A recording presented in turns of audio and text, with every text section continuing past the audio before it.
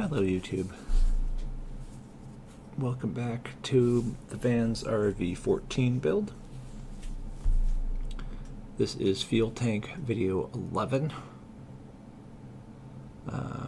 Today we're finishing doing all the final drilling, deburring of the tank ribs that I thought I didn't have to really do because they should have been final size holes, but they're not, so we got to do it. And I noticed when I was putting the dimple die pilot into one of the holes that it just wouldn't go in. So I was like, all right, well then I guess I have to final size all these. I thought I had checked them, but I hadn't. So final size holes, if you're doing any drilling or using the reamer, you got to deburr after the fact and whatever. Got to get it right. Anyway, but here we go. After this is done, we're going to attach the fuel caps to the tanks. And since that means permanently attaching something to the tanks, that means using the chem seal, whatever it's called, fuel tank sealant. Oh yeah, you have to countersink these first because they have to accept the dimple from the skin. Meh. I was having some trouble with them. I think I'm not sure why they were troublesome, but they were a bit troublesome to countersink. I think that the pilot hole was a little bit small. It fit a rivet just fine, but for some reason it didn't want to fit the countersink pilot. And I thought I was going to do the tank attach brackets as well, but decided not to work on those. I'll work on those on a little bit later. So I got my I don't care about getting crap all over me shirt and shorts on. And then I'm basically following the Scott McDaniels method here. Use some naphtha to clean the surfaces off really nicely. For the fill caps, put some blue tape inside of them so that way you don't get sealant on them.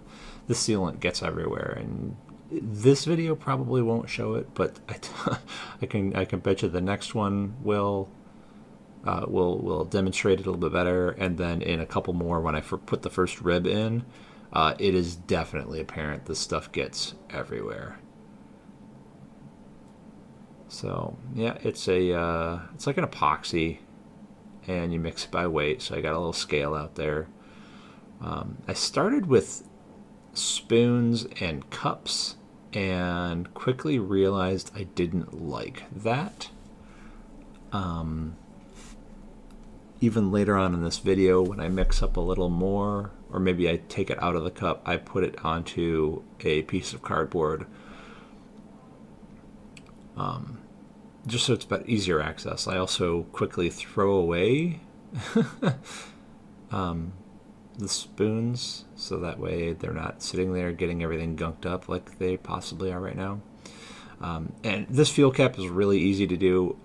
What you see on my squeezer there is the 1-inch no-hole yoke.